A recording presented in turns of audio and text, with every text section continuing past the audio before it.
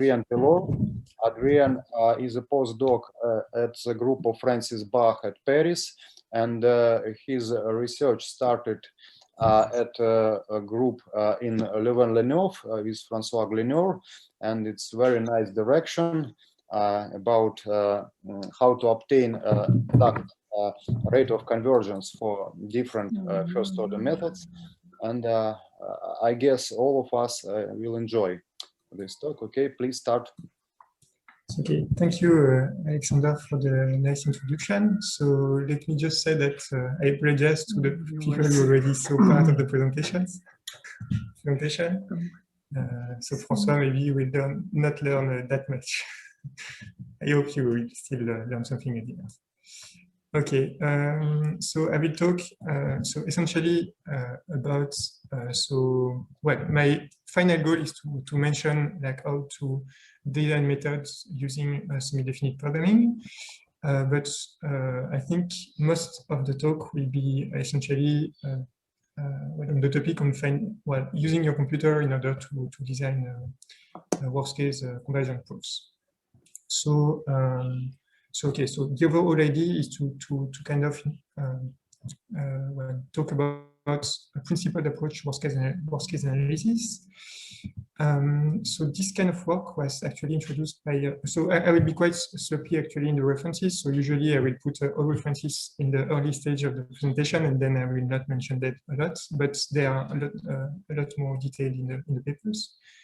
So, so let me mention a few. So this research direction was actually introduced by Yoadri and Marc Teboul quite some time ago now.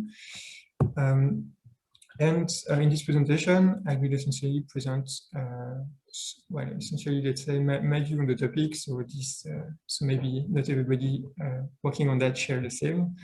So let me insist on that. So it was gained with a lot of great collaborators, which I will mention in a few slides.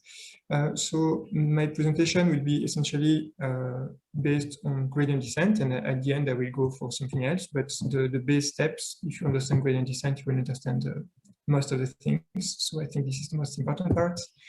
So if you are interested, actually there is also informal introduction to that on Francis Bach blog. And well, if you're interested, I think it's quite detailed while being informal, so I think it's nice. And if you want more information, also we have a toolbox which is available, and you can just try it. And everything that I will give numerically, you can find the code on GitHub for reproducing it. Okay, so also please don't hesitate interrupting me if you have any question. So okay, so let me just give the references so that then I can go through the topic and without interrupting with references throughout. Okay, so the base methodological development, they were introduced by Yoadri and Marc Teboul. Okay, so essentially using semi-definite programming for designing worst case guarantees. Then a few people actually worked from this, continued that work. And one of the direction was for optimizing methods. So the first work in that direction was actually by Yoadri and Marc Teboul, which they managed to let's say numerically optimize a method, to obtain numerically an optimized first-order methods. And Kim and Fessler actually managed to solve analytically the corresponding SDP, so to provide an optimized method. As you will see exactly what I mean later, actually. So there is also, let's say, a concurrent methodology, which was introduced by Lessard, Recht, and Packard. So also I will give a very short pointer in the presentation. Actually, the methodology is really related to what I will present, but the point of view is quite different. So let me not give too many details on that. Антон Сергеевич, да, ну я на семинаре, но так. Да, Alexander, I think you're not muted. Александра? Ой, думаю, нет, но я через Рогородского могу узнать. То есть прямо сейчас вас копию поставлю и узнаю буквально вот за минуту. Ну, он быстро отвечает. Сейчас можно, да, Рогородского привлечь? Alexander, I cannot mute you.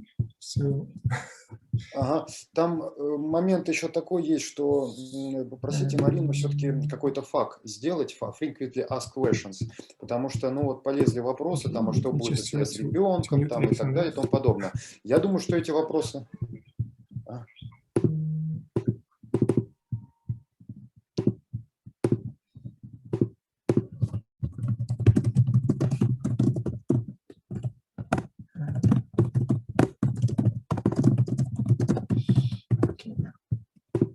Sorry, please Yeah, continue, please. Sorry. Okay. Okay, so can you see my screen again? Yeah. Yes. Screen. Sorry. Okay, thanks. Well, No worries. Okay, so in this presentation, I will present, so essentially the start from the point of view that we presented in the paper with Julien Hendrix and François with here. And then I will continue with point of view we try to develop further with together with Yoel Dori. And this is mostly at the end of the presentation. Okay, so let me say also that there are quite a few, well, a fair amount, let's say, of other works that use the technique. I will not well refer to them all, but if you want, we try to keep track actually of most of the things that are done in the toolbox. So, okay, so before starting, let me say that this was done with quite a few collaborators, and so what I will present is mostly done so with François, Julien, and then Yoel, which is there. Okay, so let me, so this is the part that will remind, well, that I will do, that some people already have seen quite a few times. So, so if I would be super happy if at the end of the presentation, actually you remember three things. So the first thing is the definition of, let's say, a worst case. So again, by definition, a worst case is a solution to an optimization problem. See, that of finding the worst case scenario. So sometimes, well, most of the time, actually, those optimization problems, they are not really tractable. Here we'll be in a case actually where actually those problems are tractable. And when they are tractable, actually, they are really nice because they offer an opportunity for, well, having, let's say, a principled way to approach worst case analysis. And since in first order convex optimization, worst case analysis plays an important role, well, it's actually useful in convex, well, for first order convex optimization. Okay, so the presentation will be divided in essentially two parts. So in the first one, I will just introduce the main concept, so based on gradient descent.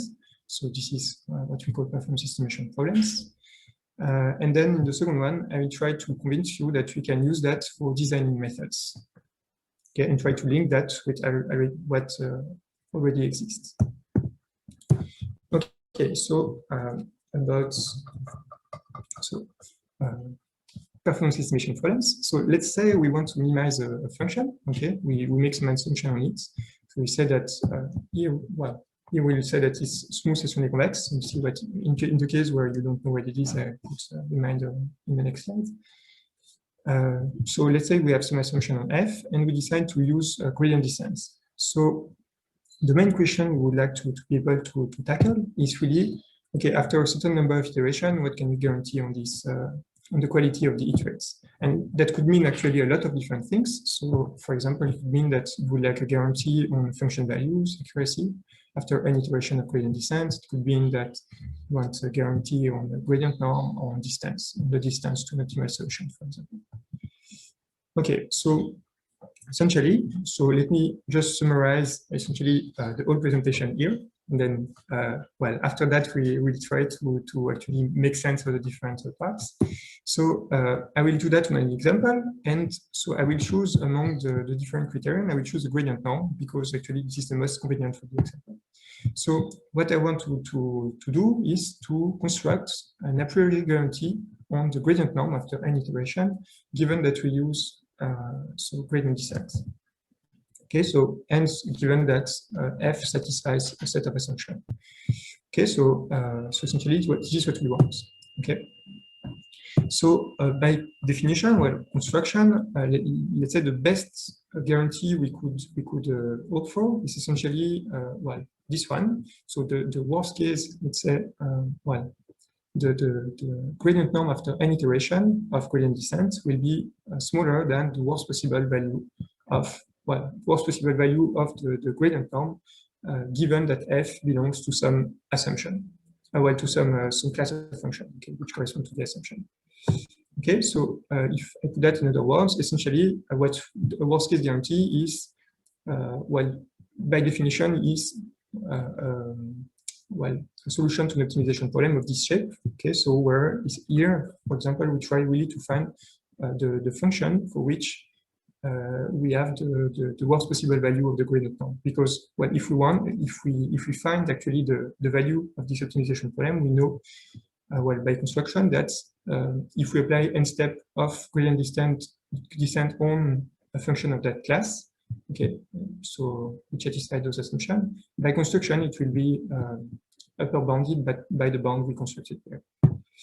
Okay, so the thing is, here this problem is typically unbounded because, for example, you can just pick x0, so the starting point being arbitrarily bad. So typically, what we need for that is to assume something on the initial point. And the way we do this is essentially similar to the choice of the performance, what we call the performance measure. So what we want a guarantee on. So here the gradient norm. So typically, what we have to do is to find, well, to assume something on the quality of the initial points. So for example, typically we use the distance, but it might be something else. So we say that the distance between the initial point and a solution is bounded, for example. Okay, so at the end, the problem looks like this, but still at the beginning, in fact.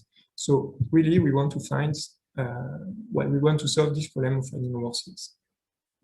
Okay, so let me instantiate that a bit. So here, the assumption we'll make is, well, again, for the example, is the fact that the function is smooth and strongly convex. So in the case you don't know what it is, I guess most people know here, but it means that, so convexity, I just mean that, well, the blue function is essentially convex if when I take any points, for example, here the red points, and I do a first order development around it, of f around it, I get a global linear underestimation of it.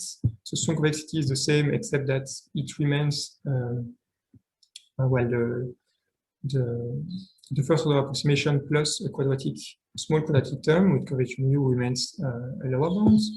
And by smoothness, I mean that essentially we have the corresponding upper bound. So if we do a first order approximation of the function, so around y, and we add a small, well, a larger curvature, so with curvature, well, quadratic term with curvature L, I get a global under overestimate of the function.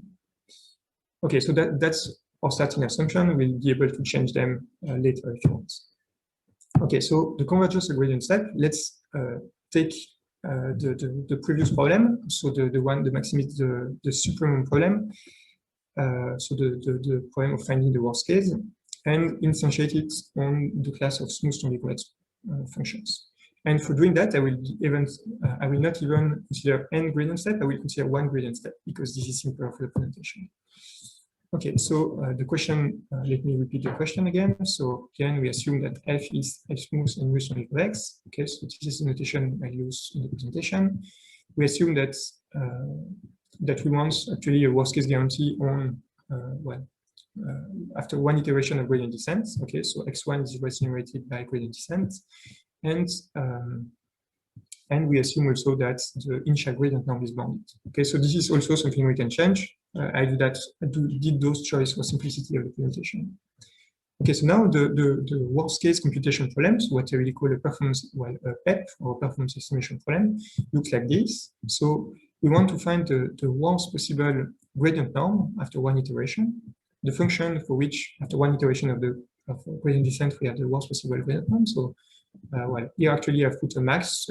At this stage you could put a soup, but it will be a max anyway. Okay, so the first constraint is, so in the variable we really have the function, so we are looking for the worst possible function in the class because we want a worst case guarantee. Okay, that is valid for all functions. So the first the first constraint is the fact that f belongs to this class of function. The second one is the fact that actually x1 was generated by a gradient step, and the last one is the fact that actually, well, the initial gradient norm is bounded. Okay, so R is a parameter of the problem. Okay, so just to recap, so the variables here are again f.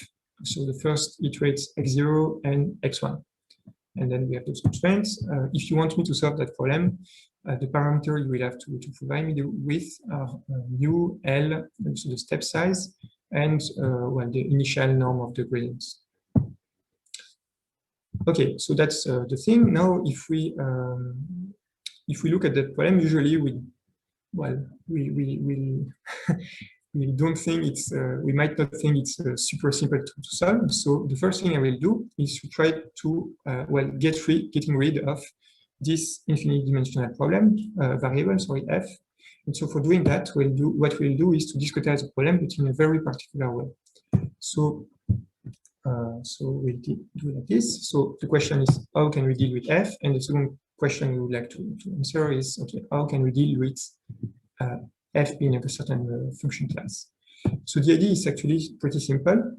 Here, the fact that so we'll deal with the discretization of the problem, and actually a very simple one. So instead of having the function as variable, we use the function evaluated at the different iterates. So here there are only two iterates, so x0 and x1, sorry.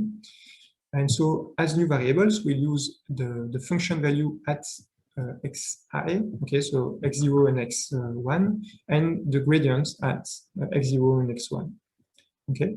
And then to replace the second constraint, in order not to lose anything, what we'll do is we require that the set of points we get, so the two pairs, or the two triplets, sorry, of x, g, and f, okay, so coordinates, gradient, and function values, we require them to be interpolable by a function in the good class, meaning that we want to be, well, essentially we replace the infinite dimensional variable f by infinite dimensional constraints. So saying that there exists a function in the good class such that the points are interpolated. Okay.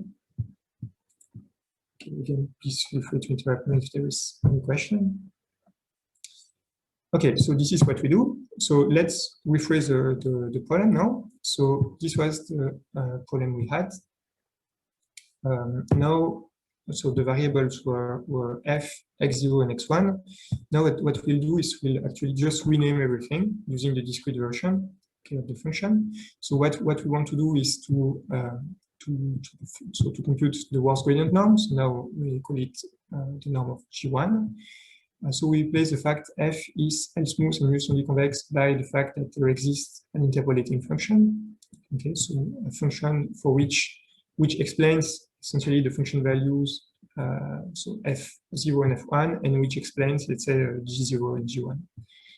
And as the other constraint, they did not change, I just renamed them. So the first one here is the gradient, the fact we use the gradient step, and the second one is the fact that the initial gradient norm was bounded. Okay. Okay, so the new variables now are so x0, x1, the two gradients, and the two function values. Okay. Okay, so now let me try to convince you that actually this constraint is not that bad, because actually it looks not good, but actually it's pretty simple to handle it.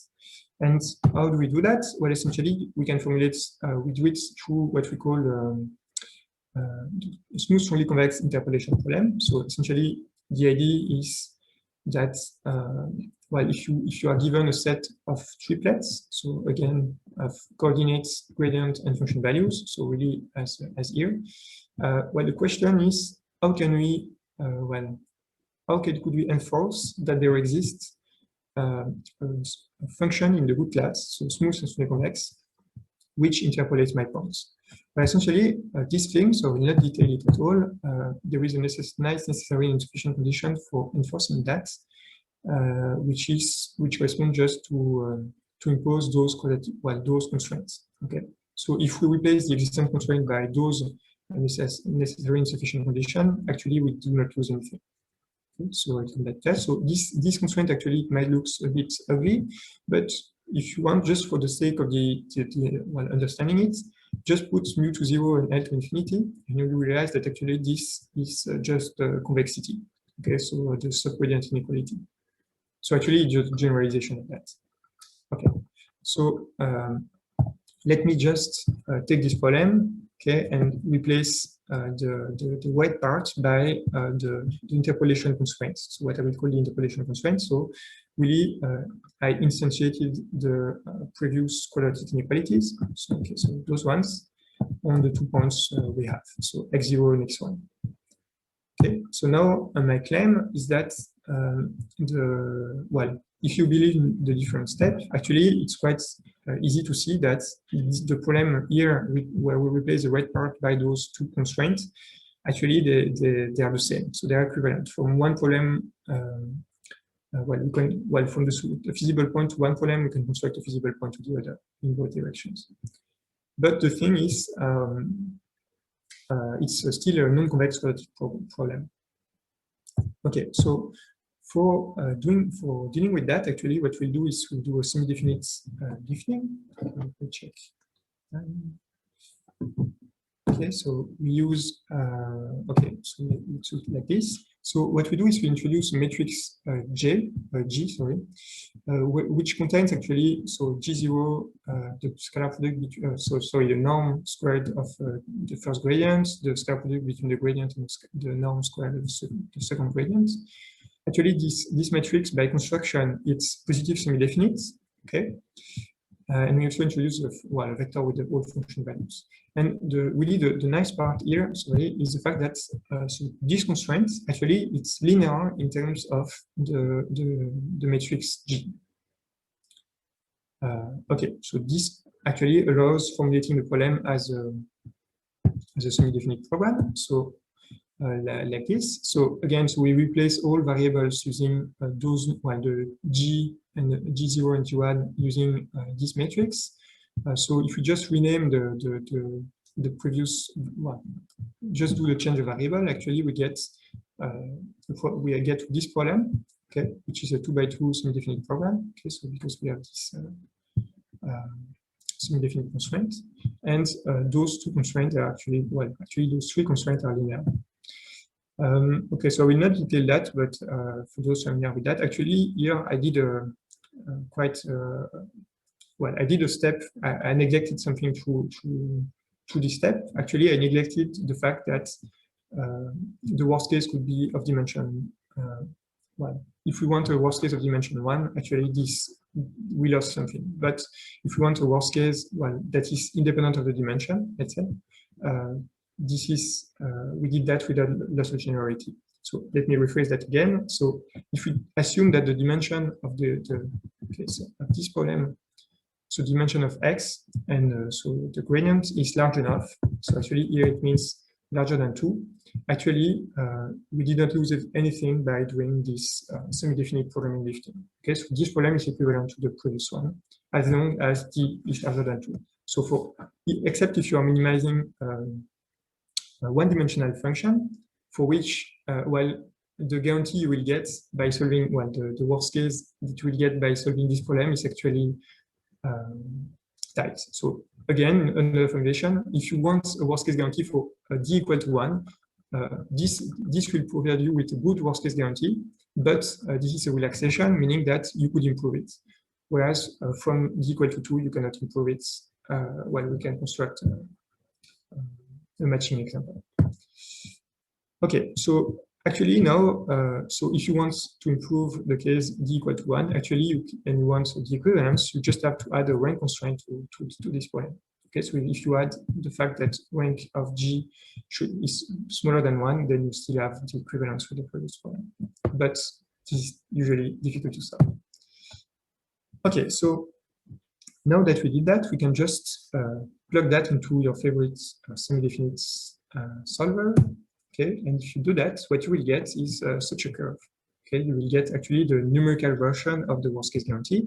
And actually, if you play with different values of the step size, the Lipschitz constant, and the strong convexity parameter, actually you can actually, or if you are used to those guarantees, you will see that actually this is kind of, well, this is what you get. So the numerics match this expression. Okay. Okay, now the thing is, so this is how we get to a worst case guarantee numerically. Now, if we, okay, now let's say we want to actually find an analytical version of it. So what we did so far is, so we were looking for essentially guarantees of this type, okay? And every single, well, feasible point to the previous problem, so for fixed values of mu, L, and gamma, okay, it corresponds to a lower bound essentially on the weight here. And if you want actually the true worst case guarantee, you have to find the worst possible value for this rho. So essentially, well, this might not seem very convenient from this point of view, but the thing is, so again, so every single feasible point to the SDP corresponds to the lower bound, and we want actually the worst one. So we really want the optimal one. Okay, so that's one point of view. Now, if we take actually, so usually what we are interested in is to find like upper bounds on these convergence rates. So there is a very natural way actually to go to that, because this is exactly what a dual actually does. Okay, so if you want an upper bound on rho, actually what you have to do is to, well, one thing you can do is just to take the previous problem, to take the dual, and each feasible point to this dual will correspond to an upper bound rho. I will detail that a bit more in the next slides. And the nice part is really that, so rho will be really an upper bound on the worst case rate for all x0, for all dimension, and for all function value, well, function in the root class. Okay, so let me just do the dualization quickly so that you can see what it looks like. So the primal problem look like this. Okay, so we have, so naturally we can introduce three dual variables for the three scalar inequalities or equality. And if you do just the computation, you'll see that actually what you end up with is kind of, well, is 2 by 2 SDP again, which is pretty, well, which is okay. Okay, so this is what you arrive to. And so now the thing is, just to rephrase what I said before, by weak duality, so each time you find a feasible point to this problem, actually you get a valid convergence rate. Okay, so what does it mean? Again, I'm rephrasing it. So if you find, so I just rephrased actually the dual here, since you can see that the second constraint is quite easy. I just renamed the two lambda by lambda 1 and lambda 2 by lambda. Okay, and I replace them here. So here, so by weak duality, each time you find triplets, so a pair of lambda tau, such that this is feasible. Okay, actually tau corresponds to an upper bound on the worst case guarantee. Okay, so for all f, all x0, and all dimension. Now the perhaps well, even nicer. Actually, in such problems, strong duality holds, actually, because it's easy to show that there is a Slater point. And so it means also that the converse is true, meaning that each time you have, for each valid convergence rates, actually you can prove it like this. So all valid convergence rates, you can find them just by, well, correspond to feasible points of this problem. Okay. Okay, so if there is no question, I continue. But I insist really on this part. It's really like because of the tightness, so the fact we from the start we kept equivalent problems. Actually, we really have this property that well, each convergence rate is provable like this. Okay, so now the thing is we can just, since we want worst case guarantee, we can just try to solve the dual directly. So if you do it for this example again, you will get this, and you again playing a bit numerically, or analytically, you can find that actually the multiplier they match this thing. Okay, so now before going into Excuse me, can I ask a question? Yes. Can you remind us what is lambda 1 and lambda 2? Okay, sorry. Lambda 1 and lambda 2 are the multiplier of those constraints. Okay, okay. Let me just take the constraint. Okay, like this. So when I discretize the problem, okay, I had interpolate. Well, in order to transform the continuous function into a discrete version, I introduced two constraints here because it's a simple version, and lambda 1 and lambda 2 they correspond to the multipliers of the two constraints. Okay. Okay. You will see how it makes that it makes sense at the end. Okay. I hope I'm not making things too complicated. Really, I just reformulate the initial problem, which was that of finding the worst case, and I dualized it. Okay. So so this is what we end up with. So we can solve the dual. And now what I want to convince you of, actually, it's a bit hand-wavy, but if you want more details, actually, there are plenty of, there are more generic explanation, let's say, in the papers or on the blog post. So what I want to convince you is actually that now is that you can extract from the feasible points to the dual problem, you can extract a proof for which you don't need any knowledge in semi-definite programming in order to show it. So if you have you write a paper, you are looking for a proof, and you don't want to show SDP and feasible point to SDP. Actually, even if you found the proof using semi-definite programming, you can show a proof that doesn't look like you used it. And let me show you how you do that. So for gradient descent, so just for simplicity now, I fixed the step size to 1/n. And the reason for that is because there are two regimes of step size, and I just want to keep with one of the regimes because it means that the proof there might be two different proofs. Okay, so I fix the step size. We take the two inequalities which correspond to the discretization of the worst case computation problem. Okay, so the two interpolation inequalities, so I call them. So for each inequality there was a multiplier, okay, lambda 1 and lambda 2. And so now my claim is that all proofs, well, each time you want to do a convergence rate, to prove a convergence rate of that type, well, you can always formulate it like this. So you can always prove it just by doing a weighted sum of this inequality times this multiplier plus this inequality times this multiplier. Okay, actually, this is just you take the SDP, you work out what a Lagrangian dual means. And you will see that it's quite natural actually to end up with that. And so now the thing is, if you do a weighted sum of those two inequalities, okay, you take actually the value of the multipliers that you found numerically here. Okay. Actually, my claim is that you can always reformulate this weighted sum as exactly what you want. So the norm of the gradient is smaller than after one iteration is smaller than the rate times the norm of the gradient at the initial iterate minus something that you can neglect. Okay, so this is really my point. So every feasible point to the dual now corresponds to upper bound on the worst case guarantee. Okay, on the smallest possible worst case guarantee, let's say, and each one of them, each time you find a feasible point to this dual, you can reformulate it like this without SDP. So you just take the dual variable you had, you do a weighted sum of the two inequalities, and you reformulate it like that. And automatically, if the point was feasible on the dual side, the thing you will get something of that vein. You will automatically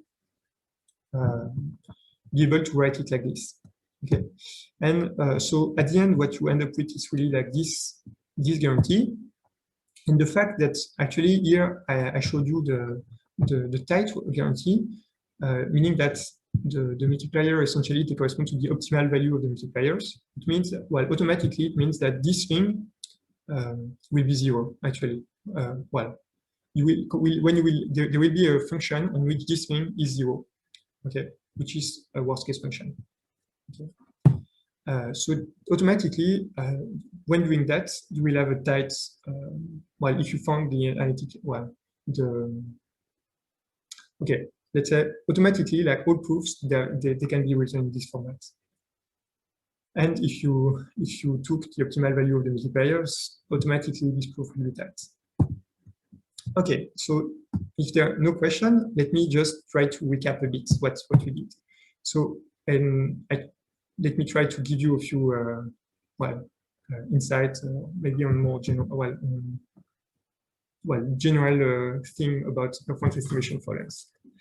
Okay, so let me rephrase again the dual. So the dual, you can really think of it as it corresponds to find the smallest convergence rate that can be proved by linear combination of inequalities.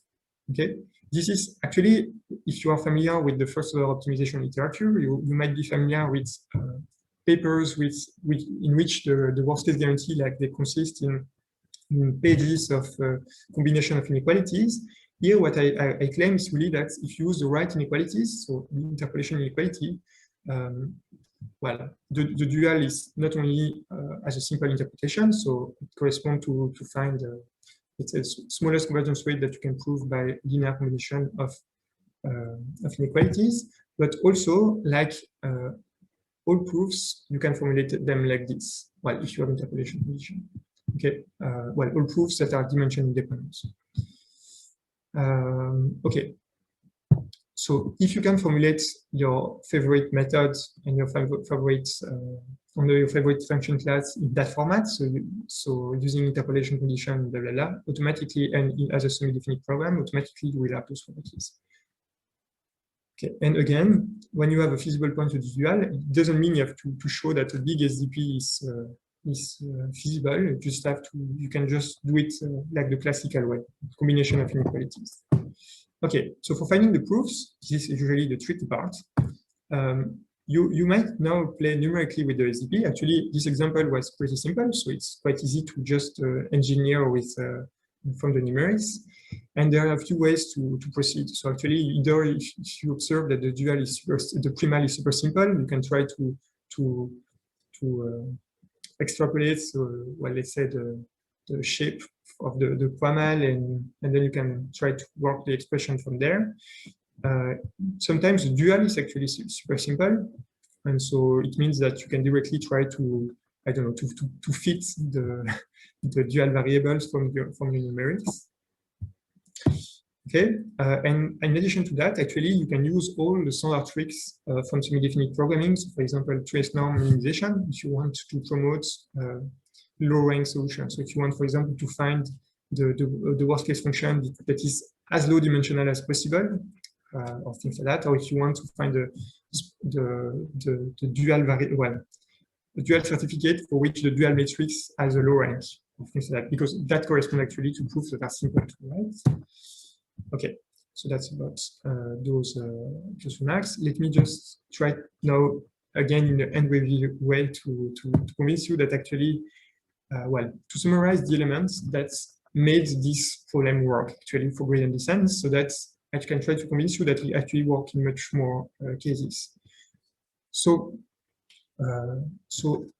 overall, what we did is to pick a method, so gradient descent. We picked a class of function, so smooth only convex function, and we picked a type of guarantee we wanted to prove. So, meaning that we picked a convergence measure, so the gradient term after one iteration, and what I call the initial condition, so the gradient term at initial iterates.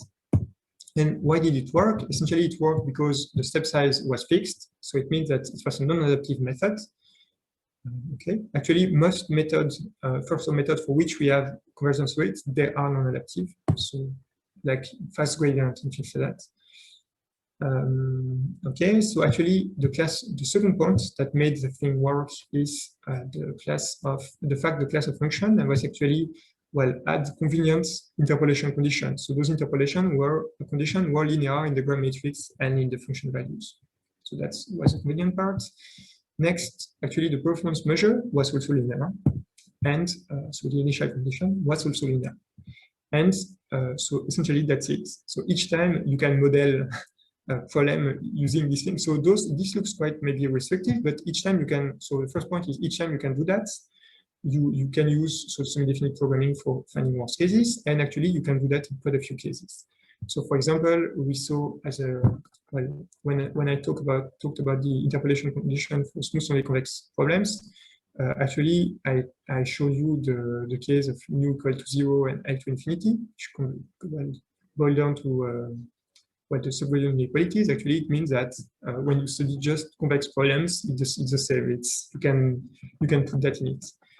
Actually, it worked also, well, it worked for a whole bunch of function classes, and they are all summarized in the toolbox manual and in the papers if you want. Well, not all, but quite a few of them.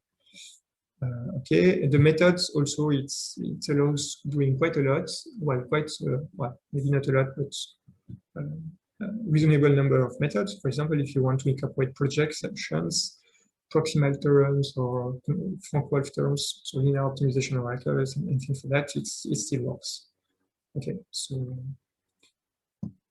Okay, so in some cases, for example, when you have adaptive method, this does not work, and this means usually that you have to deal with well, one way to deal with that is to work with relaxation of the problem, which is already might already turn quite useful.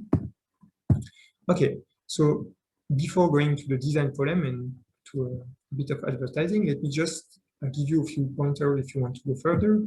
So here I just did a super simple example. So gradient descent, linear convergence, and one iteration. So actually, if you want to study more complicated cases like sublinear convergence, actually the only thing you have to change is the performance measure. So for example, you could think of function values and the initial condition. So like you think of the initial distance, and you have to work with more iterations. Okay, so typically the SDP grows with the number of iterations because you have to incorporate all the intermediate gradient and function value in it. So it means that you have larger SDPs and that you have more interpolation constraints. Okay, that's the first thing. Now those can become quite large and expensive to solve, and actually also finding the analytical solution to large SDP might be quite difficult. So an alternative is also to use a Lyapunov function, and you can also like do the same thing, well, similar things for finding Lyapunov functions. In particular, so for example, for gradient descent, if you want to find gradient descent, is a bit trivial, but let me just give this example also. If you want to study such, well, Lyapunov functions, so with parameters A, B, and C, and you want to find actually, well, you want to find A, B, and C such that for fixed rho, this is true. Okay. Well, actually, this is if you just write this as using again the same steps as I did before. Actually, we realize that the performance estimation problem is linear, while actually the dual is linear in A, B, and C. So this means that actually the problem here is if for fixed value of rho, the problem of verifying a Lyapunov function is actually verifying that there exists a Lyapunov function for a fixed, well, of this shape for a fixed rho is actually convex. And if you want to optimize over the class of Lyapunov functions, so you can optimize over rho, but then you have to use, well, the problem becomes quasi-convex, but it's still quite manageable. Okay, and this part is actually very related to the work of Lessard and co-authors, well, if you want to dig into that. Okay, in the next section, I will try to convince you that actually we can also use that for optimizing methods, but I will have to hurry a bit. So just if you are curious, you don't want to dig into the notation, we made a toolbox, so together with François and Julien. Actually, let me give a super simple example of the toolbox. So of the its use. So let's say you want to minimize L smooth convex function. You want to use actually not fast gradient, but an inexact version of fast gradient method. So I choose this one because I didn't know at the time what was the worst case behavior of that. And you just want to study the convergence of this thing. Well, you can just write it into the toolbox. So actually, this is the whole code. Okay, it looks maybe a bit ugly. So, well, like this because it's small, but actually this is the whole code. So it's quite short. The only thing you have to do is to actually write the most important thing is to write the method. You see that it's actually quite similar to what was written above. And you can just run this for different values of the parameters, for different values of the number of iterations and the precision. Actually, you can do that for quite a few methods. Actually, there are about 50 examples in the toolbox now. So here is for Douglas Rashford. Actually, you can do the same. It's really quite simple. It's not the most efficient way to solve the SDP because it will not take advantage of the structure and so on and so forth, but it's an easy way to dig into the topic. Okay, so actually there are quite a few examples for which this works. So this is a non-exhaustive list. Yeah, and you can find all those examples in the toolbox. So actually, when someone writes a new paper on those topics, we try to incorporate a new example also in the toolbox. So this is why we have quite a few. And yes, so this is probably a good way to dig into it. So also from we incorporated example from the works of other groups. So it's currently in MATLAB, soon to be in Python. I will tell you Alexander when it is. Okay, so quickly now, I intended to spend more time in this second part, but I was quite slow. So I will try to convince you, I will not go into the detail actually, that we can use that for designing new methods.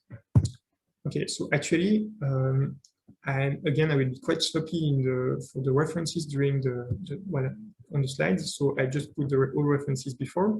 So actually, what I will present exists quite there is quite a bit of literature on this topic for the particular case of quadratic minimization. Okay, and yes, so this is and you can find all those things in those super inspiring works. And already, there are already many things that exist also beyond the quadratics, but let's say that the main message I want to carry, is the fact that, in the quadratic setting, there are quite, the design problem, designing first order method is quite, let's say, settled. And what I want to convince you of is really that using performance estimation problems, you can kind of settle the problem beyond quadratics also. So in the next couple of slides, what I will try to convince you of is that you can use the SDPs for designing proofs, or for designing optimal methods, let's say. And in some sense, those methods, they correspond to generalization of what we call semi-iterative Chebyshev methods, which are essentially tailored for quadratic minimization.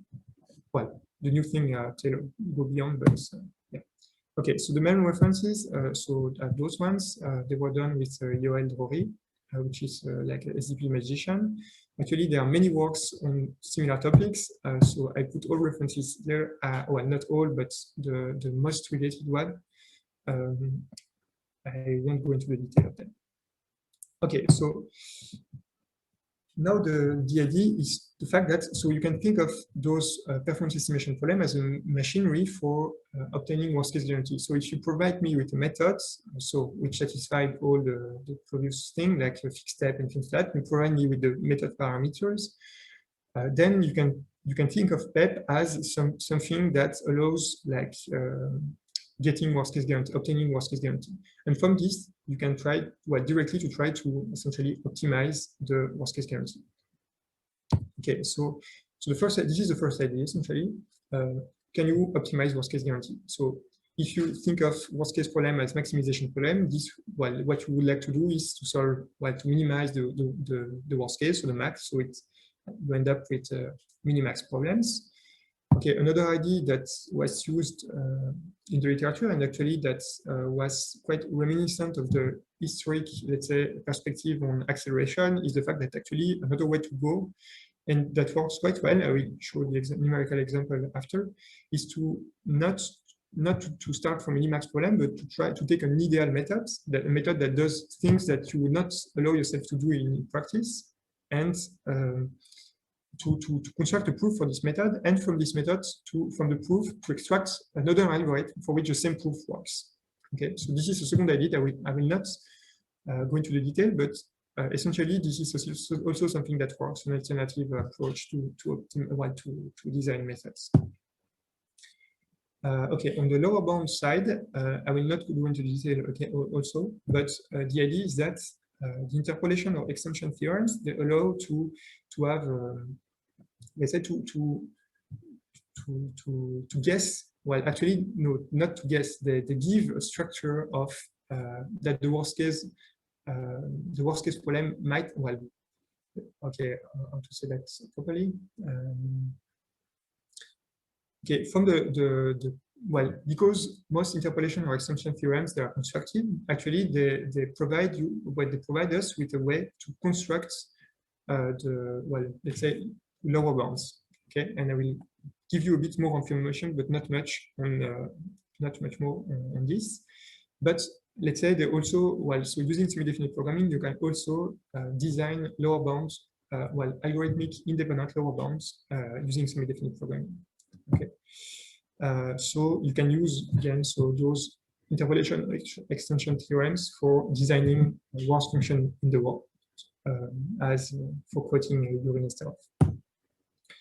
Okay, so let's the most detailed part about those things that I will provide is about the solving minimax problems.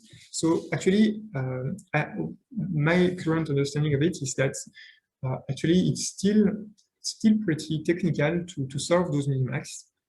So I think it's still not like the clean way to do, but at least we know the solution. So I will not go into the detail on how we solve them or how we can solve them, because I think this is not like this is probably not the most, well, the final word on, well, the current way of doing it is probably not the final word of doing it, the final word on it. But we know the answer, and I think already the answers are quite insightful. So the first thing we need in order to design method by minimax approach, let's say, is to have a class of problems. So again, here I considered mu strongly convex L smooth functions. So the second thing we need is a class of methods. So here, what we'll do is we'll use what we call fixed step methods. So methods for which you have to know in advance a schedule of parameters h. Okay, so you can use all previous gradients, that you have at your disposal, but you have to provide me in advance the value of those h. Okay. And then you need to choose a notion of accuracy, just as we did for gradient descent. So if you want to optimize a method, you have to choose what criterion should be optimized. Okay, and so for example, those are three criteria for which you could do something. Okay, yes, here I've put the ratios. Okay, so when you have those three things, it results that, well, essentially you can just formulate the minimax. The problem of designing a method using minimax approach. So here, if you just take those things, the resulting problem might be like this. So you want to find well, essentially the inside problem gives you is the PEP mechanism that we introduced before. So it's a part that if you provide me with all those parameters, so all those h, the step size, the machinery gives me back a worst case guarantee. Okay, so this is the max, and then the mean is, okay, we try to optimize the worst case guarantee for for making it as good as possible. Okay, so it's really like minimize the worst case. Okay, so let me do a small, okay, let me check the time. Okay.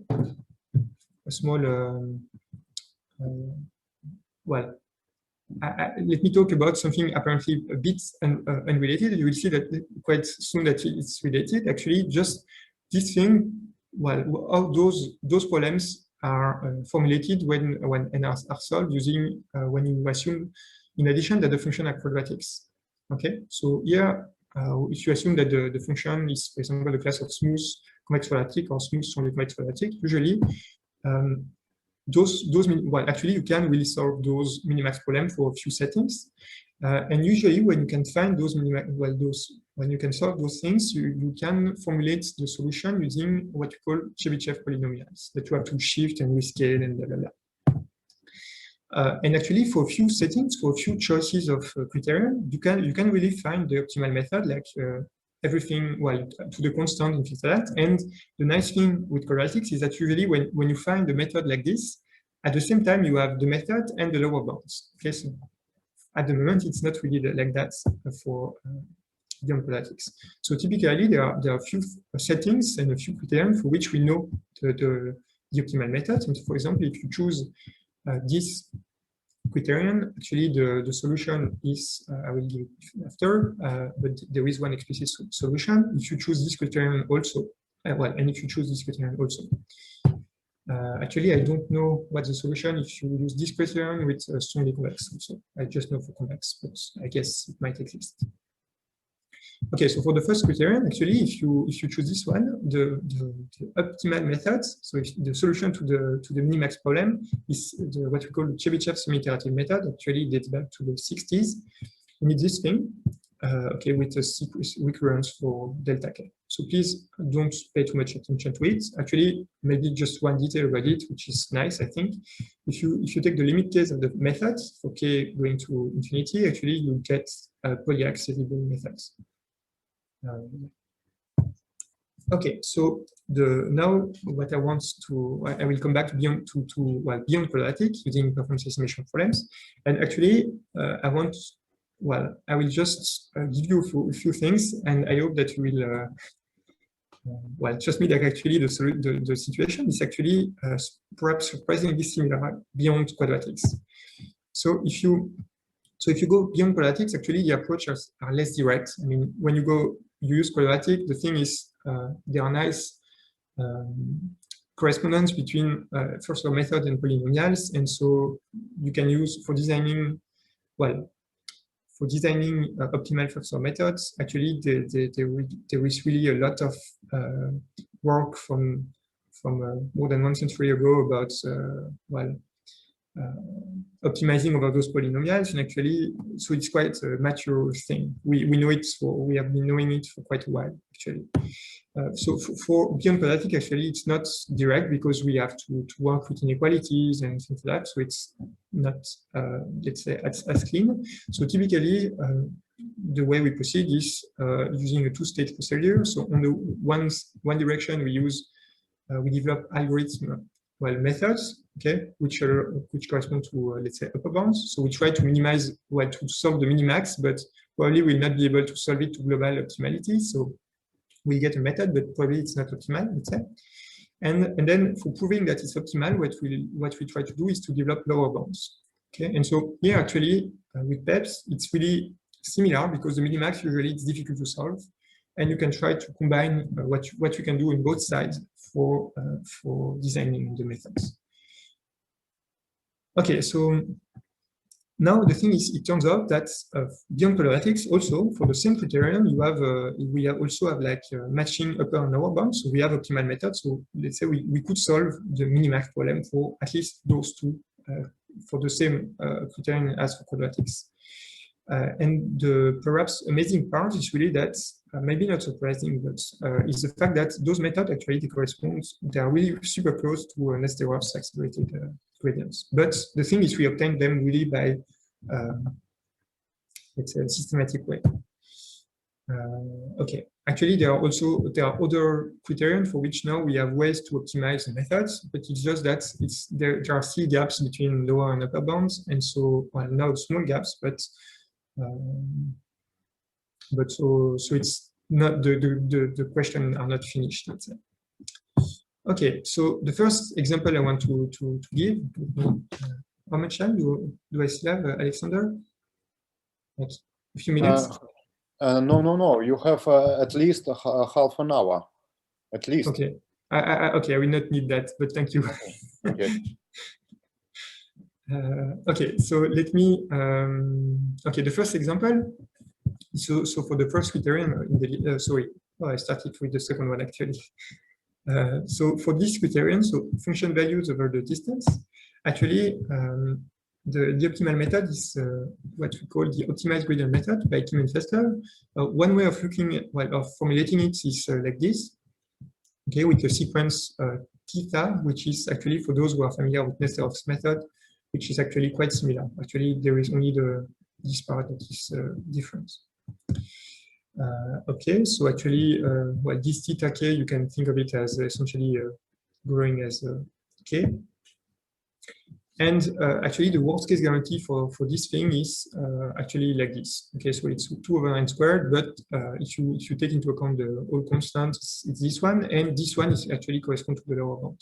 Okay, so what I meant before, so by the fact that we proceed in 2 stages, actually it was also true with PEPs. So actually, Kim and Fessler, and as you already before also, they obtained this method by optimizing, well, numerically optimizing, let's say, working with the minimax, but numerically. And the best method they could find is this thing. And 1 year after, Yoel Drori came with a way to construct lower bounds. And so he showed, numerically lower bounds, and then he managed to solve those SDP also analytically, showing that at the end, actually, this method was optimal. Although it was not proved from the beginning. Well, when it was designed from the minimax problem, but from relaxation of this minimax problem, essentially, because this is, we could not do much more, actually. Because we cannot do much more. We'll come back to that. And but afterwards, we realized that actually, Yoel realized that it was optimal. Okay, so for the information theoretic method, for this criterion, actually, the optimal method is called the information theoretic method. It's quite recent, so we obtained it with Yoel this year. Actually, the story is quite similar. So actually, this method, it's when you take mu equal to 0, it corresponds to this one. Okay, so it's quite, it's actually very related. Okay, it's all the parameters, they depend on the sequence. Okay, let's not worry too much about that. So the only thing that matters actually at the end is that the worst case guarantee is of this shape.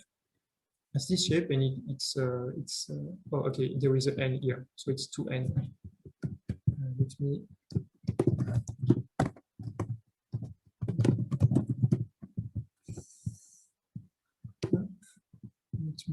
correct it.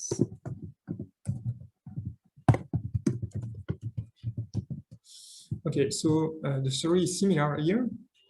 So so we developed, well, actually, Yoel, when we were working with at the same time on the upper and lower bounds using 2 different techniques. So on the one side we had so the minimax that we tried to solve for obtaining a method, and on the other one we tried to work that through the perspective of lower bounds, and we found that actually for this criterion actually we had a matching. We had a matching pair, so upper and lower bound would be exactly the same. Okay, so the story is actually similar to that of the optimized gradient method. Okay. Okay, so just to recap, how were the found? Okay, so essentially, at the end, we can say that we solved the minimax numerically, analytically, but in practice, really the thing that was done is to play with the minimax numerically, and then to try to from the numerical solution to extract the important, let's say the structure that could allow, after a bit of work, to end up with like a method. Okay, and the step 2 is essentially working to lower bounds. Actually, they were made in parallel. Okay. Actually, now the thing is, a reasonable question would be to ask, would be, okay, what's the relation with Nesterov method? So actually, first, the recurrents are quite similar. Actually, they're not totally the same, but they're quite similar. And the main difference actually that in the proofs, they don't rely on the same inequalities. So because we use actually PEPs in OGM for developing the 2 methods, say we, but Kim and Fessler developed OGM.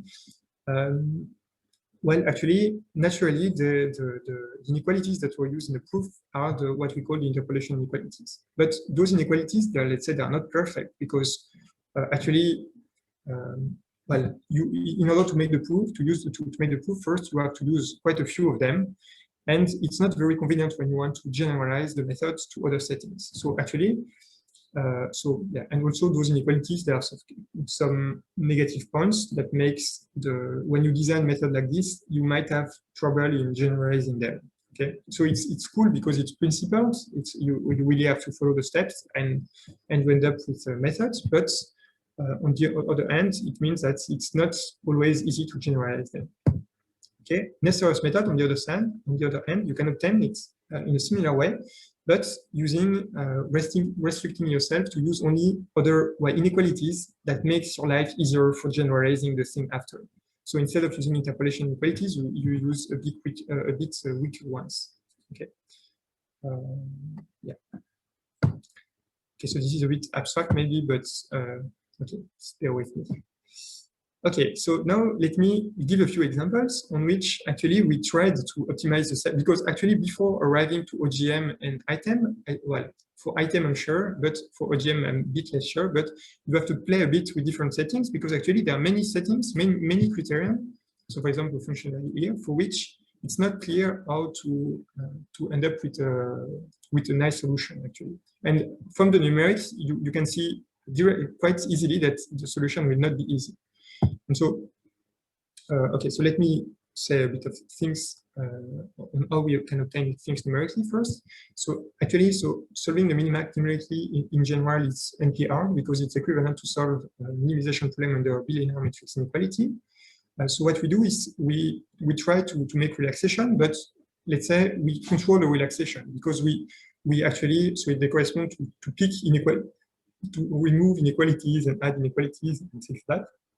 So the comfortable thing is that we know in advance all the inequalities we potentially need, but in order to make our life simpler, we can use the numerics to, let's say, prune or to clean the inequalities that are not used actually. And actually, when you do that, you can remove some variables that are not convenient. And so this is essentially the game we played. So you try to, well, you work, at the same time, you try to solve the minimax and you try to simplify the problem, let's say. Okay, so you make a simplification of the problem, you remove some constraint, then you can suggest you can solve the minimax. Okay, this solution is not good, you make another simplification, you will solve the minimax, and so on and so forth. Okay, so so let's give a few examples for this setting. So where we choose as a criterion the ratio between function values, just to show you that actually sometimes the method are not, you can guess in advance that they will not be practical. Okay, so if you do that, so just as an example, for n equal to 5, L1, mu 2.1, you get this guarantee and you get the step size of this thing. So if you want, the code is available online, so you can reproduce that. Okay, so let me give it for a few values of n. So actually, if you do for 1, it's cool because you end up with something that we know is optimal. We end up with 2 over L plus mu. You use 2. Then you end up with this thing, you use 3, you end up with this thing. And so you can see that actually the step size, they critically depend on the iteration number, so the horizon. And so it means that probably if you had to implement those methods, they will not be very practical because if you have to know well, the number of iterations in advance and yeah, and in a critical way. It's not like a small part, like the coefficients are really changing a lot. Okay, so that's about things. So, so let me. Okay, I think I just need 5 minutes, and then I let you. I'll free you. But okay, so that's about the finding methods. Now about finding, well, trying to close the gap by finding lower bounds. So actually, okay, so. Interpolation result. So if you remember from the beginning of the presentation, so the thing we use interpolation is, well, we use that for transforming the problem or the maximization problem in the space of function, from the space of function to the space of the discrete versions. Okay, so that's one thing. But another thing is that, so that's one way to use interpolation, or something called extension results. Another way is actually to design well, a related way is actually to guess in advance what shape should the worst case function have. And so for that, let me flash back into the slides. So the interpolation problem was like this. So if you are given a set of triplets, so coordinate, gradient, and function values, so the problem is given a class of functions. So here, smooth sonic function, you want to find a way to ensure that there exists a smooth sonic convex function here, such that it explains the data. So such that the function interpolates to the data points. So actually, there is a very simple case for that, which is the convex interpolation problem, okay, for which the proof is actually super simple. So if you are given a convex function, actually you have to assume it's okay, closed, proper, and convex, blah, blah, blah. Okay, so if you are given a convex function, and I mean closed, proper, and convex, you have to, you discretize it, okay? You know that this inequality is true because this is, the subgradient inequality. So it means that this inequality is necessary for interpolation because each time you discretize a function, a convex function, it's this is satisfied. Okay, and the thing is, it's also sufficient because if this inequality is true, you can do this construction, so the max, and this corresponds to a new convex function which interpolates to the points. Okay. So this is a necessary insufficient condition for interpolation in the convex case. Okay, and furthermore, we have an explicit way of constructing the function. Okay, so actually, what does it mean? It means that so we can use this shape. We know in advance that whatever comes out of the SDP for a given method, we know in advance that sorry for the quick. The text, we know in advance that there exists a method of this shape, a function with this shape that achieves the worst case. Okay, so it means that if you want to study the worst case behavior of methods on the class of convex functions, okay, you can simply assume that the function is like this. Okay, actually, there is a similar, you can construct, so this construction is not unique. Okay, so there are different ways to construct convex interpolating function, and you can take the one that you find the most relevant for your purpose. Actually, there are similar construction for smooth Sondic convex functions, and you can use that. You can use that for developing algorithm, let's say independence, complexity, lower complexity bounds. Okay, and so the idea is that essentially we have to add a few elements to this. So we have essentially to if you study any iteration of you want a lower bound on any iteration of okay, on the, let's say, worst case accuracy after any iteration of a black box first order method, you will need to consider a function, let's say, with something like n points, of this shape with like n points. And in order to design the lower bound, what you do is you try to, you add constraint on this function, so that's actually this is quite classical, so that you know in advance that whatever the method you apply on this function, it will, the first order method, it will gain the same amount of information at each iteration. Okay, so this is the standard idea for developing lower bound. This is called sometimes zero chain functions. Okay. And so let me not give the details, but essentially those things, they also fit into SDP. So it means that you can develop lower bounds using semi-definite programming. Okay, again.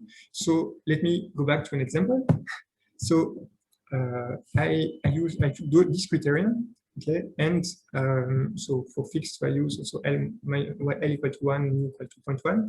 And we can compare a few methods with that exist. Okay, so by comparing, I mean we put all the methods into the toolbox like Pesto, and then we look at the worst case guarantees, and then we compare them with the lower bound that we numerically get and the optimal methods.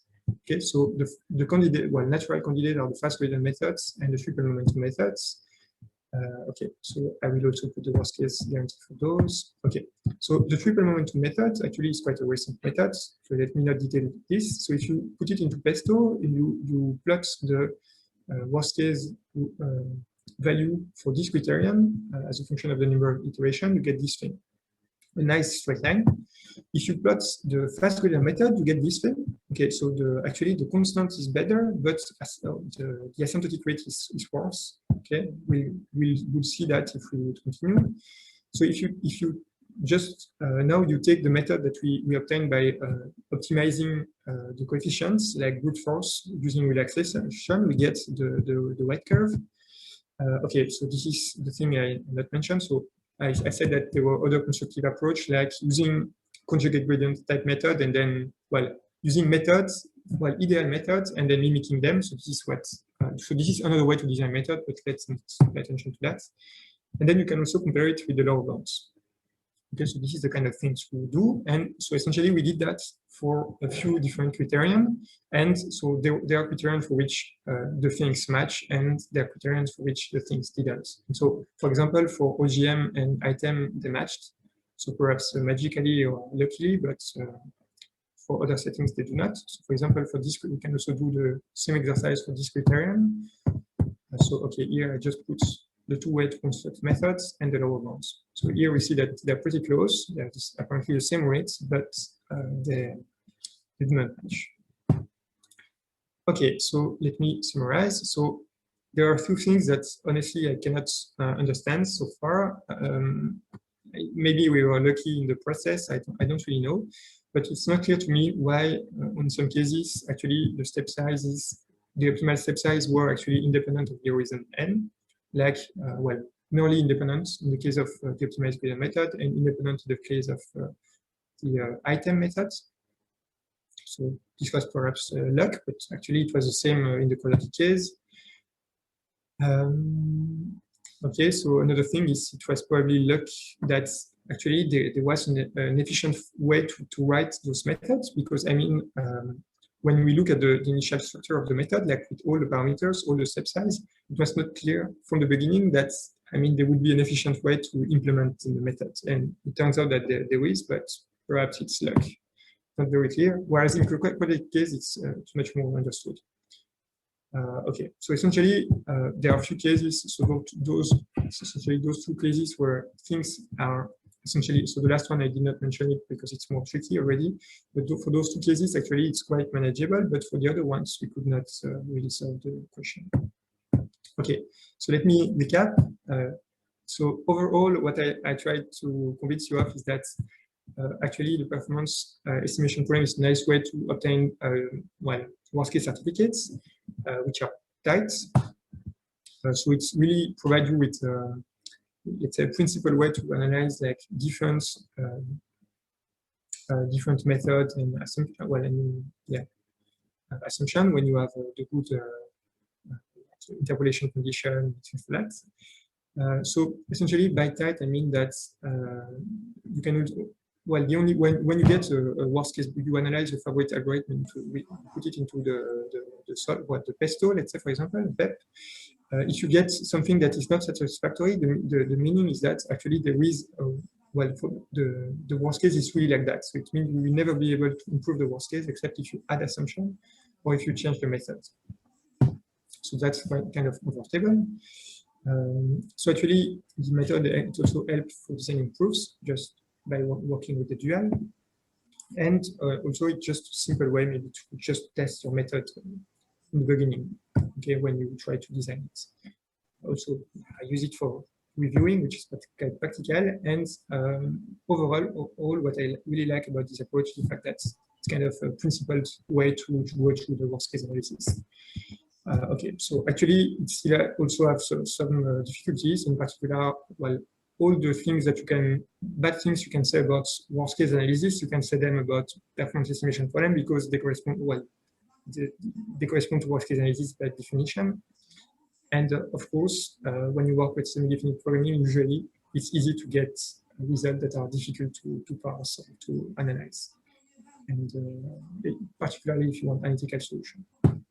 And yeah, just to recap again, so I'm happy now if you remembered from the early stage of the presentation that essentially the most important thing we did is to take the definition of what the worst case is and then work that out. Okay, so this is the thing. So yeah, so those worst case computation problems. So the fact the problem of computing the worst case is usually not tractable. Here we perhaps luckily it was. And when, well, in this case, actually, I think it's nice because, again, it provides you with a principal way to analyze and design methods. And that, I thank you for attention, and I will be happy to take questions if you have any. Thanks. Dear Adrian, thank you very much. Please ask your questions.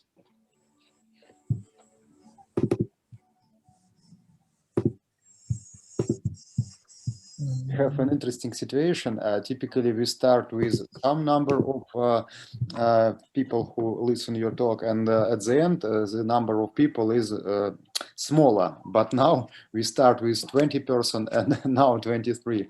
It's Nice. not usual situation. Okay. Then it was probably not easy to follow, but Alexander, Yeah. Evgeny Alexeyevich, please ask your question. well, I want to start with some easy question. If we get back to the slide 22. Yes.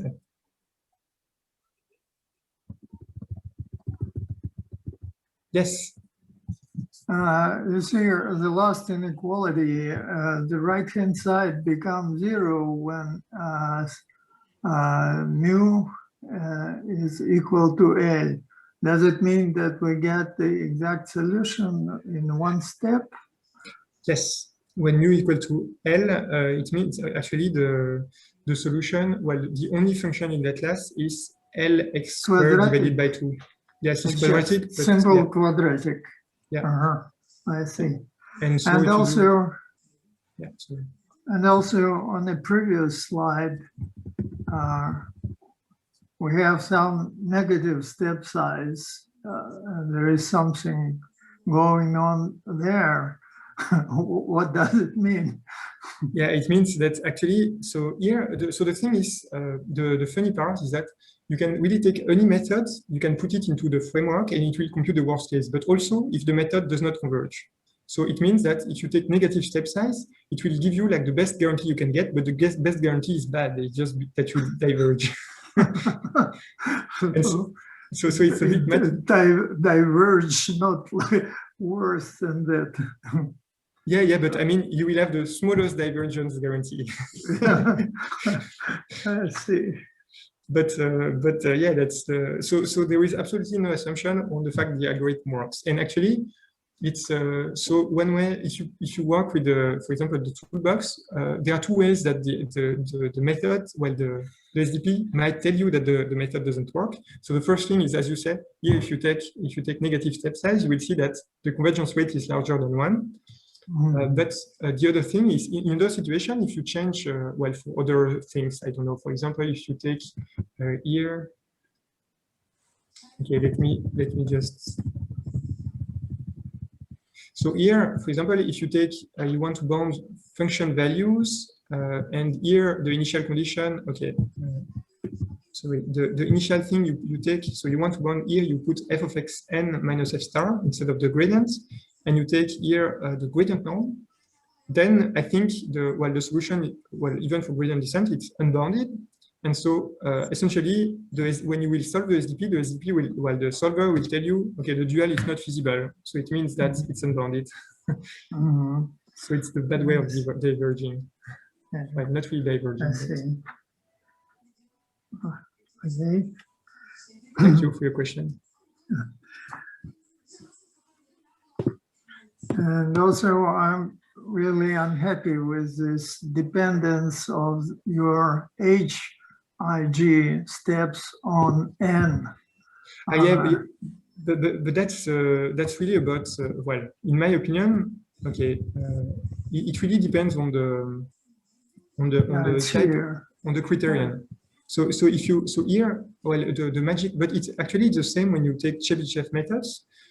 So in some settings you have nice solution, but I mean it's a bit, well, for me it's not clear. It was not clear from the beginning when you look at the design problem here that you would have a nice solution, because you have too many parameters here, right? You have too many h, so you allow.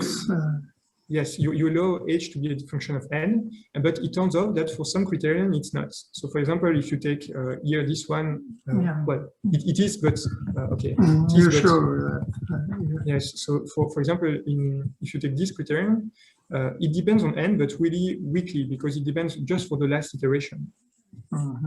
And so for this criterion, it does not depend on n at all, which is kind of magic, but yeah, it's about being lucky, I think, or something is missing. Yeah, very interesting. Thank you for the question.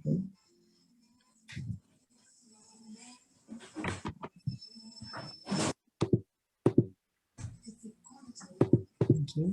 Any other, or something was not clear, or Yeah, it's please. too easy? Question? Hi, I have a question. No? Hello. So how easy it is to find the exact worst case function? Because we see that you have some numbers and then you have to fit with parameters. And Okay. how easy or hard is this step? Okay, so it really depends on the method, to be honest. So Okay. if you want, okay, so for gradient descent, for example, if you work a bit for different situation. Okay, no, maybe I will just if you want, I have the. Can you see my my MATLAB screen? Okay, no, Not yet. I will have to reshare the screen. Okay, I cannot share my screen.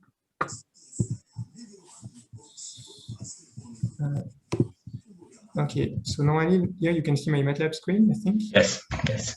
Okay, so actually here, so this is the toolbox. So here, this is the code for solving so actually I'm doing improvisation here, so I don't know exactly what will come out.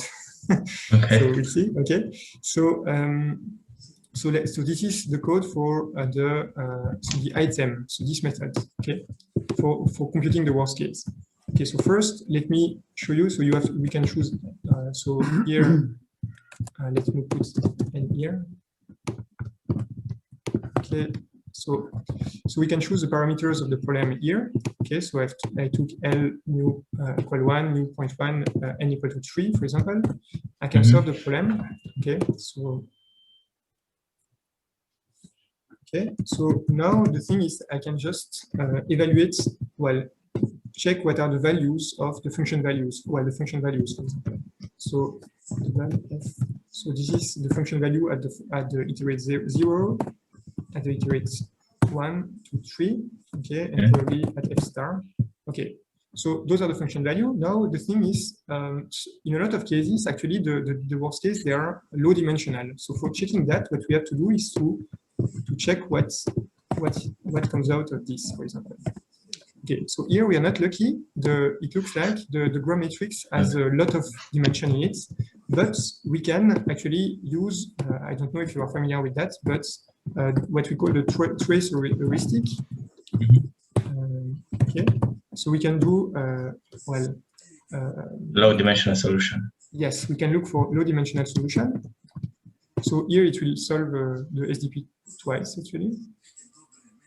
And to try to see if, okay, here actually there is a low dimensional solution, because so you see that the Z, so the iterate, they managed to find a solution in 1 dimension. Okay, so it means that you can plot it. Yes. Okay, so you can really plot it. Actually, for this method, I was cheating a bit because I knew that actually this thing was a solution, was a worst case function. Okay. And also this thing, new, this one was also a worst case function. But really using like standard techniques from semi-definite programming, usually you can really, well, you can get intuition on what the worst case looks like. But in general, it's not easy, but sometimes it is really okay. Okay, did I answer your question? Yeah, a bit. It's like a way to go through it. Yeah. Yeah. So, but yeah, in general, it's not easy. So your question is very good. Okay. Thank you. Thank you. Thank you. Okay, please, more questions.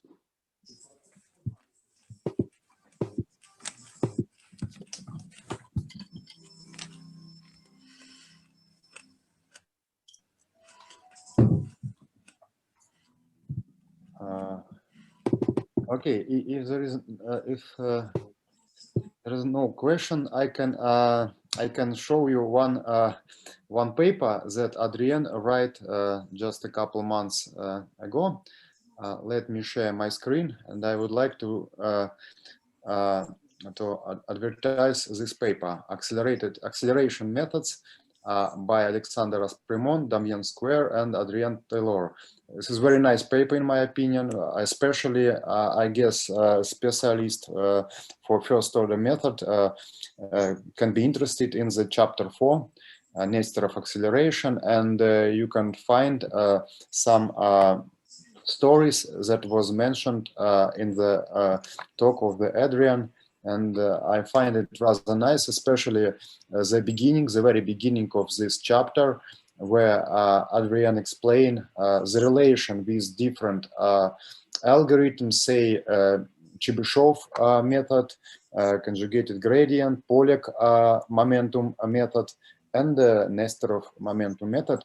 It's very nice, and here you can find the best method,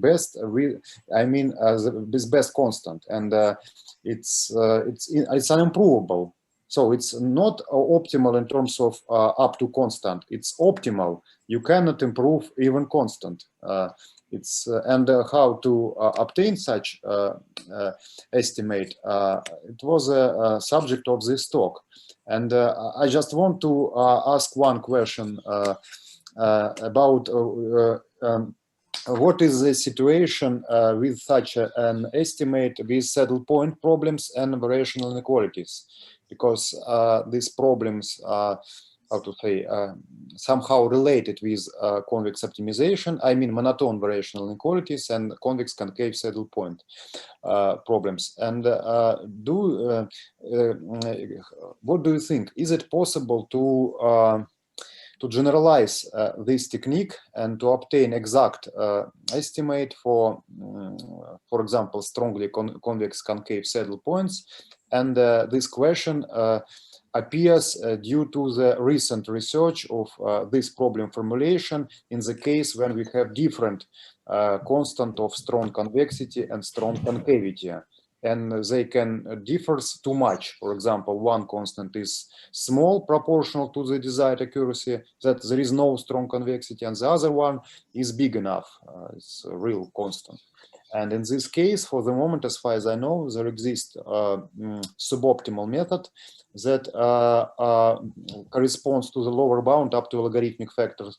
But there is an, I don't know, method that has tight rate of conversion that correspond to the lower bound. Maybe your technique eliminates this gap. I don't know. It's just a question. Actually, I really never tried, and so the thing is, when you design methods, it's really, you see, like changing a bit the thing, it's might really change a lot the solution. So honestly, I cannot guess the answer, but we can try. I mean, so I mean, yeah. So the thing is here, it depends a lot on the criterion also. See that. So maybe for primal dual method, it might give something because you still have a function value involved. But for general, let's say, variational inequalities, I think it's difficult because actually when you have when you don't have function value, there a lot of things go wrong. Actually, so there are optimized, let's say, optimized methods for other settings that I did not present. Actually, Dongwan Kim worked a lot to that. But I'm not totally up to date with the status of those methods, I have to say. Okay, I'm not sure I answered, but the short answer is honestly, we have to try. Well, Alexander, I have one more question. You mentioned several times conjugate gradient in your talk. But if we know that your function is quadratic, will your optimal methods just be a conjugate gradient, or there will be something different? Okay, there will be something different. So the key, in fact, is it's really a magic about conjugate gradient. So by conjugate gradient, I mean methods that do span search over all the previous gradients. So in the case of quadratics, it's in the Krylov space. But the thing is, I might mean, well, actually you might change the objective function. So the standard conjugate gradient is the one where you do minimization over that subspace of f of x. So the next iterate is the argmin of f of x such that x is in the span of all previous gradients. But there are variants. I mean, in fact, for example, okay, you will see what I want to say. But so if you consider a variant of the conjugate gradient, which is totally impractical, which is xk plus 1 is the minimum of the gradient, well, sorry, the norm. So minimize the x minus x star squared on the Krylov space. Actually, in the worst case, it corresponds to Chebyshev iterative method. So if you evaluate that algorithm on the worst function, so this is important, this is on the worst function, the iterates are the same. But if you don't evaluate it on the worst function, the conjugate gradient is better. But on the worst function, it's the same. And so that's the whole trick about using conjugate gradients and potentially impractical conjugate gradients to design methods. It's to use impractical thing and then to mimic the proof. It's very interesting. And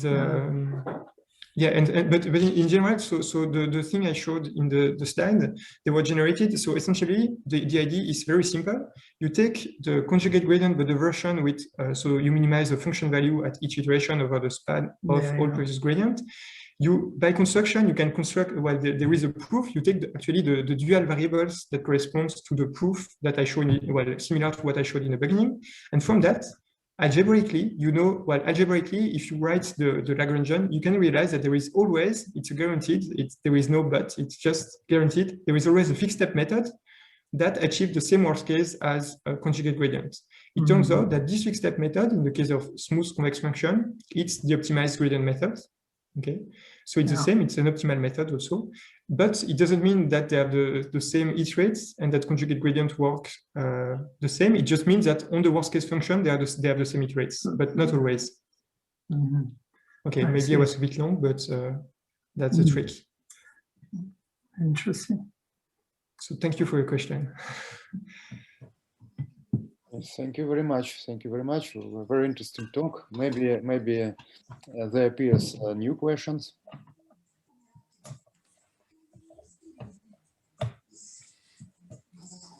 Otherwise, it's not a big deal. Okay. Thank you very much one more time. And we'll read the paper. Maybe we can. I can share a paper with you in chat of so that would be great. So to be honest, so please be aware that the paper there is a because it's semi-definite programming, it looks like it's difficult, but really like coming back to because there are lots of indices and things like that, we try to make them the most readable possible. I think the good starting point is the paper with François and Julien, which is called the Smooth Strongly Convex Interpolation and something like exact worst case, blah, blah, blah. And beyond that, sometimes it looks like it's difficult, but honestly, if you take the base example, it's always exactly what I said.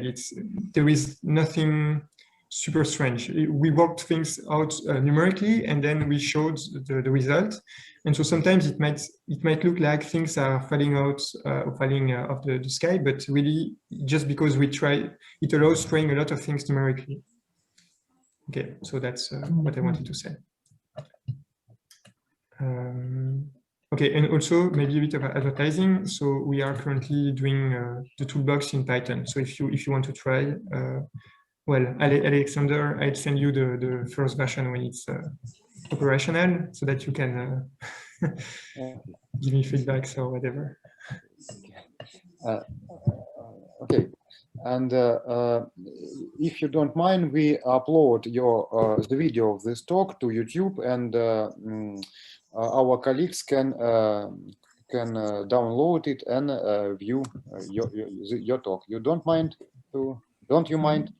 No, I don't mind. Okay, you can do it if you want. Thank you very much. And also, I would like to ask you to send me your presentation. We upload this presentation on the site of the seminar. Okay, I'll do that as soon as possible. Okay, thank you very much. And I Thank also you. thank you. I also put into the chart a reference on the event next Wednesday. This is a conference on optimization at MIPT. So we advertise it a little bit later, but at the moment you can see what is this conference. Okay, thank you very much, and I hope see you next Wednesday. Bye bye. Thank Bye. you a lot for the invitation. And Bye. yeah, bye.